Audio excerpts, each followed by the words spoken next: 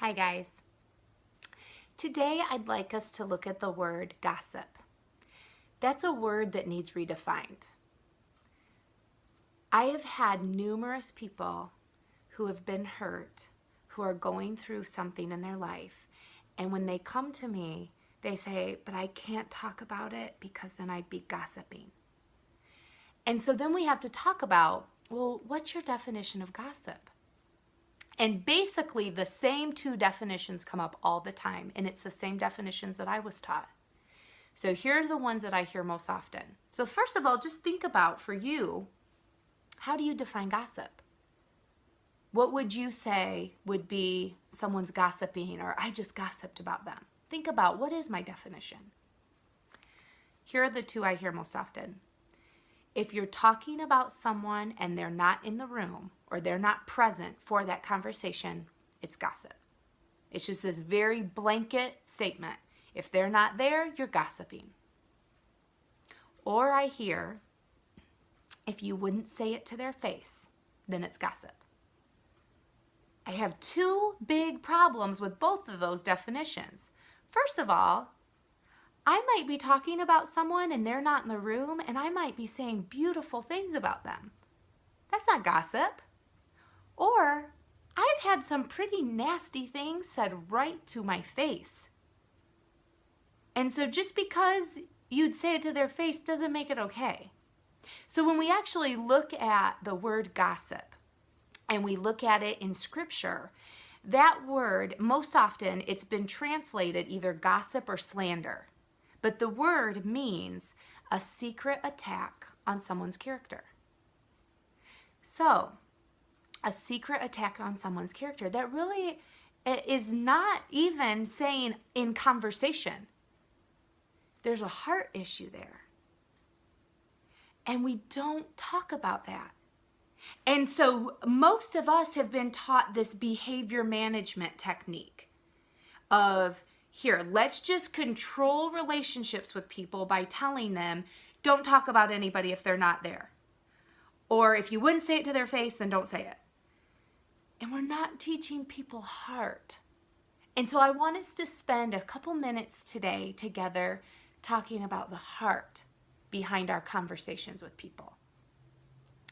And what I think of most often when I'm talking about the heart and conversations and relationships, I love John chapter 15, verse 12. So John chapter 15, verse 12. And this is Jesus talking. And this is what he says here. Really simply, my command is this: love each other as I have loved you. Love each other as I have loved you. Now this love is an agape love. It's not a I love pizza love. It's agape. It's God love. And it means to prefer. It means a feast. It means it's a gift. There are no conditions to it. It's a beautiful sacrificial love. So, that's the love God has for us. And that's the love we're called to have for others. Now, if we understand that, if we're experiencing the love of God and moving in that kind of love towards others, gossip doesn't happen. We aren't trying to secretly attack someone's character. Now, there is a reality, though, that many of us, probably all of us, including me, I've gossiped. Even looking at the correct definition, I've gossiped before. Sadly, pretty often, that gossip has happened because we can't think of anything to talk about.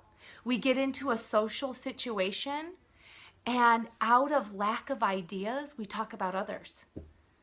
And we even see that on social media, where it's like we must think we have to post something on Facebook. And so we talk about the lady who wore her pajama pants at the grocery store and how ridiculous that looked. Who cares? Why did we need to say that? And so what we need to do when we move away from a blanket statement of behavior management into a heart situation, we have to ask ourselves some questions when we have conversations with people and about people. And first of all, we need to ask ourselves, what's my heart behind this conversation? Why am I going to talk about this? Sometimes we don't ask ourselves that very simple question. We just blurt out things about other people. The other thing to ask is, am I caring for that person's heart? And really, that's a twofold. Am I caring for the person's heart that I'm talking to? Am I caring for the person's heart that I'm talking about? Because sometimes we do have situations where we've been hurt and we need to reach out to someone and talk about that hurt and talk about that experience and talk about what we're struggling with and what happened. And so I would say, well, what's my heart? My heart is to heal my heart. I'm hurting and I don't want to hurt anymore. Is my heart to have someone judge them and have someone hate them? Well, if it is, then I need to check myself there. Now, the other question to ask is, can I trust this person with their heart? So if I've been hurt by my husband and I go to my friend and I say, I need to talk to you about something, I've already asked myself, and this is something I've learned to do, I've already asked myself, can I trust them with Judson's heart? Now, if the answer is no, and there are people where I hear the Lord say, no, you can't trust them with Judson's heart. They'll make judgments against him, or they'll take offense. And so then okay, so I don't have that conversation with them. But then there are other people in my life where I say, can I trust them with Judson's heart? And God says, absolutely. And when I talk to them about the situation and about the hurt, they see God's love for Judson. And they bring me into an awareness of forgiveness and grace. And they help me heal and help me come into a place of allowing the Lord to heal my heart. And so we have to ask those questions. We also have to ask, because sometimes it's just we saw something happen, or we really just want to share a little tidbit, a little juicy detail. And so then we have to ask ourselves this: what fruit of the Spirit is this conversation going to produce? Now that's a question we don't ask very often. What fruit of the Spirit is this conversation going to produce? So if I go to someone and I'm going to talk about something or someone, for me to, wait a minute, back up. What fruit is this going to produce? Is this conversation going to produce love, joy, peace, patience, gentleness, kindness, goodness, faithfulness, self-control? If it is, then that's a conversation to be had. If it's going to produce judgment or condemnation or fear or anger, then I would say that's not a conversation to have.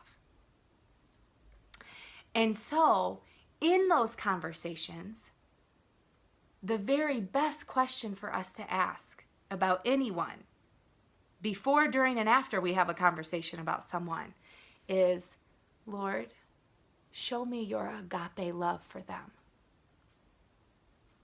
When we allow the Lord to show us that love that he has for them, we're able to move in that love towards them. So, let's redefine gossip. It's not just any time you talk about someone and they're not there. Because sometimes that can be positive, sometimes not. And it's not just, if you wouldn't say it to their face, then don't say it. Because I bet every one of us have had really bad things said to our face that shouldn't have been said. So really, when we understand that gossip is an attack on someone's character, that's not even always a spoken word. That's a mindset. That's a heart. And so let's allow the Lord to train us up in looking for the fruit of his Spirit in each and every conversation that we have. And to examine, what's my heart towards that person? Can I trust this person with their heart? Can I trust them with my heart? Because it's all about that beautiful agape love. And maybe today you're sitting here thinking, I don't know that love. I don't know how to move in that love towards other people. I don't know it. That's all right. That's a perfect starting point. And so in that case, we just say, Lord, show me your beautiful agape love for me.